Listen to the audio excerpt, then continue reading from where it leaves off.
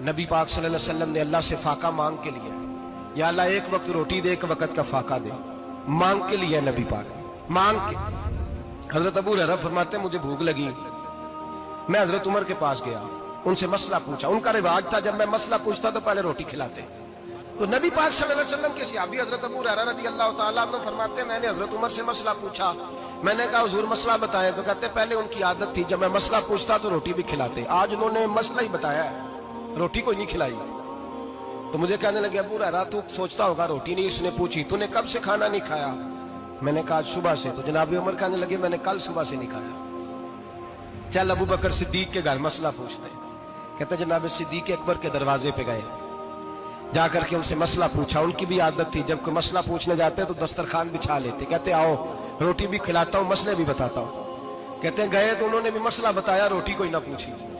تو کہنے لگے عمر ابو ہریرہ تم لوگوں نے کل پرسوں سے نہیں نہ کھایا ہوگا۔ اور ابو بکر کو 4 دن گزر گئے ہیں، تھوڑا سا دودھ ملا ہے یا کھجور ملی ہے، روٹی کوئی نہیں ملی، چلو در رسول پہ چلتے ہیں، آؤ حضور کی بارگاہ۔ کہتے ہیں نبی پاک کی بارگاہ میں آئے، حضور نے چہرے دیکھے، کریم سے مسئلہ نہیں پوچھنا پڑا۔ میرے مصطفیٰ کریم نے فرمایا بھوک لگی ہوئی ہے تم تینوں کو؟ 3-4 دن ہو گئے؟ اللہ کے رسول نے فرمایا مجھے پورا ہفتہ ہو گیا ہے۔ سبب کچھ اور ہے جس کو تو خود سمجھتا ہے، زوال بندہ مومن کا بے زری سے نہیں۔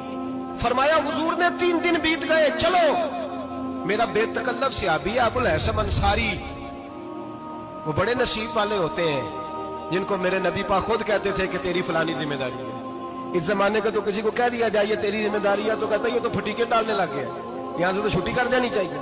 خوش ہوتے تھے صحابہ کہ ہماری ذمہ داری لگی۔ کہتے ہیں حضرت ابو الحسن انصاری کے گھر گئے، نبی پاک نے فرمایا بھوک بڑی لگی ہے کھانا لا۔